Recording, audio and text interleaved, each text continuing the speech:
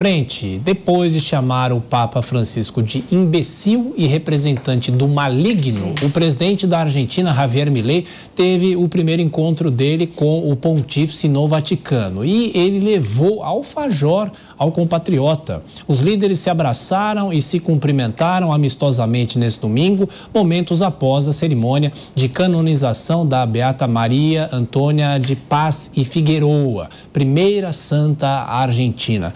Bom, professor Acácio, depois que se toma o poder, as coisas mudam, as diferenças chegam a ser deixadas de lado. E qual seria a marca desse alfajor aí? O alfajor, né? Como se fala. Alfajor. Tiago, um dia de governo é bem mais difícil que um dia de campanha, viu, meu amigo?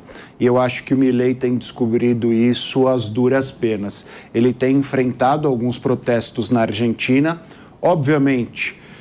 Há toda uma simbologia por trás destes protestos, porque por mais que ele tenha vencido o peronismo, por mais que ele tenha vencido o kirchnerismo, eles estão muito bem aparelhados ainda na Argentina. Então é natural que ele enfrente estes protestos. Em relação à postura dele com o Papa, em relação à postura dele com o Joe Biden, em relação à postura dele com os líderes chineses, ele já entendeu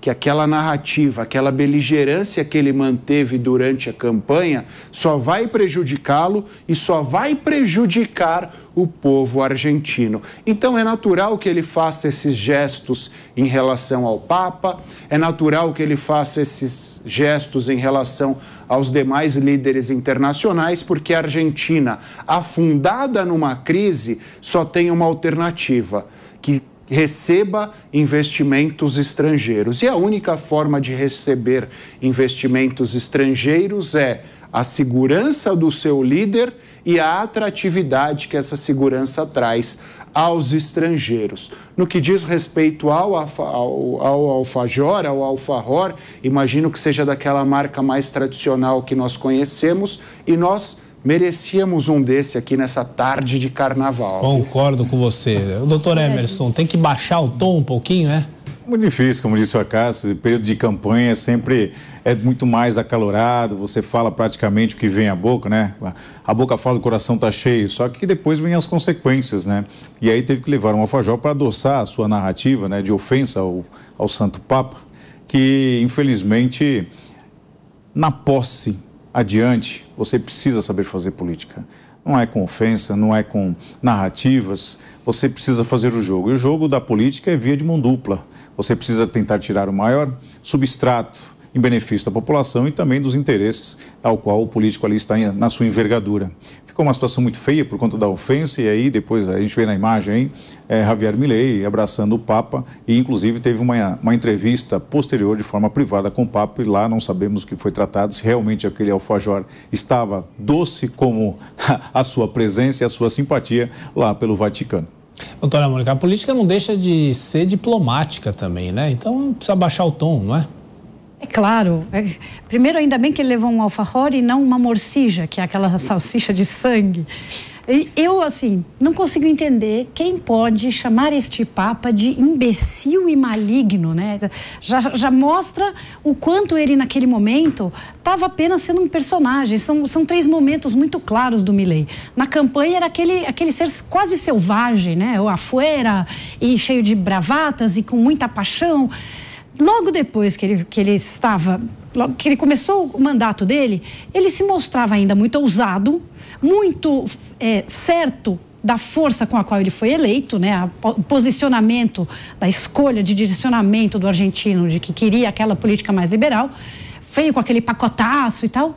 E hoje o Milei é um político moderado, libertário, liberal, tudo certo. Ele não mudou, não voltou atrás, não se tornou estatizante. Ele continua com aquela política no mesmo sentido, porém abaixou o tom. E hoje ele está negociando com o Congresso para não acontecer, como aconteceu com o Collor aqui, que passou pelos 2 primeiros estágios e depois chegou no Congresso, foi para o confronto e caiu de cara. O Milei está fazendo uma outra abordagem, está negociando, está fazendo política no bom sentido, está vendo o que realmente dá para passar. O pacote dele eu não considero que está, eu li esses dias, o fracasso do pacote do Milei. Não. Ele tinha um pacotão de 700 medidas, mas tem 400 que estão passando. É muita medida, muito importante. A Argentina precisa disso e a Argentina precisa de um presidente firme, porém político. Antes do Paulo, o professor Acácio quer complementar? 2 pontos rápidos sobre a simbologia desse encontro.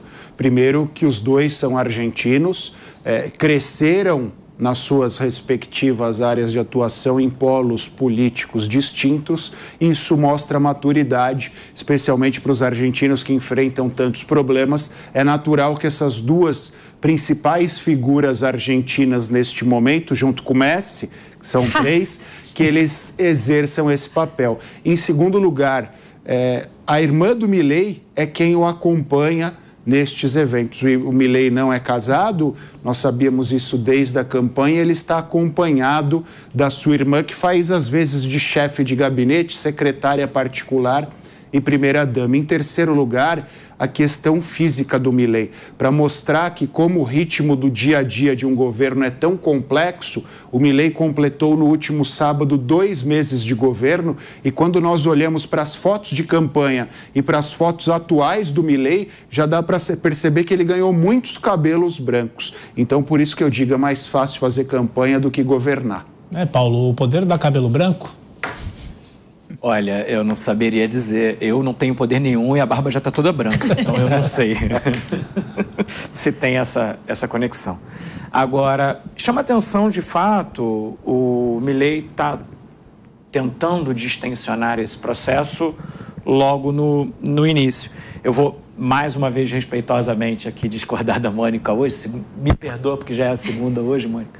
Mas o que, na verdade, vem sendo analisado em relação ao pacote argentino está sendo encarado mais como derrota do que como vitória, apesar de, sim, terem tido vários pontos meritórios ali que passaram, mas principalmente aqueles pontos que previam expansão do poder executivo foram devidamente rechaçados ali, o que, inclusive, é bom. Inclusive, é bom, em termos, ponto de vista democrático, que isso não tenha afetado ali esse processo e, de fato, e aí concedendo muita razão a você, avançaram outros pontos, principalmente aqueles pontos mais voltados para uma dinamização da economia, apesar de ter saído ali um ponto importante, que era a privatização da empresa de petróleo argentina, que era uma das maiores expectativas aí do mercado, né?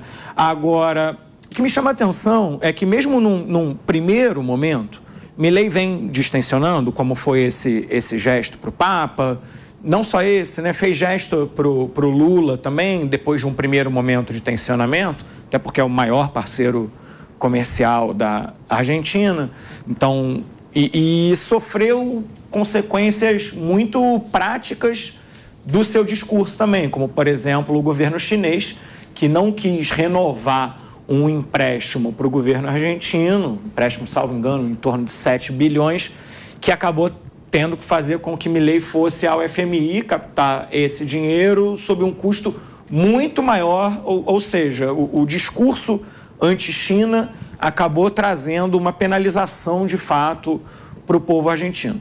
Mas me chama a atenção que logo no início o Milei esteja buscando esse distensionamento, como foi com o Brasil, como foi agora com o Papa, porque ele vai meio que contra o modus operandi que a gente vê desse tipo de governo que entra como antissistema, como uma crítica ultraliberal, às vezes, misturada com algum nível de nacionalismo, tem um conservadorismo, mas tem muita privatização, um processo um pouco difícil de você colocar exatamente numa caixinha, mas que, em termos narrativos, se aproxima muito do que o Bolsonaro fez no Brasil, do que Trump fez nos Estados Unidos. Em termos de método, me parece que Milei distensionou muito antes do que, por exemplo, Trump e Bolsonaro, que mantiveram esse nível alto de tensionamento durante seus governos e não conquistaram aí a reeleição. Doutora Mônica, quer complementar? alguma questão dessa discussão aí sobre esse pacote, né, em relação que foi desidratado pelo Congresso argentino, mas de qualquer forma ainda tem um longo caminho de tramitação? Eu não sei se eu diria desidratado, eu chamaria de lapidado. Sim. O Congresso é soberano, ele sabe a vontade do povo. Milei veio com um pacote certamente muito maior do que o que ele esperava passar. E eu concordo com o Paulo, tinha ali algumas coisas que eram questionáveis. Entendo que a essência do pacote está mantida e que ele vai sim mudar o rumo da economia argentina. Não resolve em um mandato, né? Já vamos esclarecer, alinhar a expectativa aí, você que está assistindo, daqui a 4 anos não venham dizer, ele não resolveu. É botar no trilho, gente. Isso é dolorido, é um processo que começa muito difícil, a Argentina vai sofrer muito no começo, porém, botar no trilho certo, hoje é a coisa mais importante que ele tem que fazer. Doutor. Javier Milei traz uma expectativa para o povo argentino que viveu uma inflação de 211%, jamais vista na Argentina, mas ele tem uma lição a tirar disso. A sua narrativa, né, o seu entusiasmo durante a campanha foi de um jeito, num formato em que surtiu efeito, né, nos Estados Unidos e aqui também no Brasil, mas ele tem essas duas referências, tanto Donald Trump como Jair Bolsonaro, para que tire um supra-sumo e saiba lapidar não só a sua narrativa, mas a sua postura, porque é um sujeito que demonstra capacidade intelectual à altura da presidência da República a qual ocupa, mas nós tivemos dificuldades no Brasil e nos Estados Unidos por conta da postura dos presidentes, e isso acabou, de certa forma, atrapalhando muito, ainda que a parte prática e operacional dos dois presidentes tenham trazido resultado positivo para as duas nações.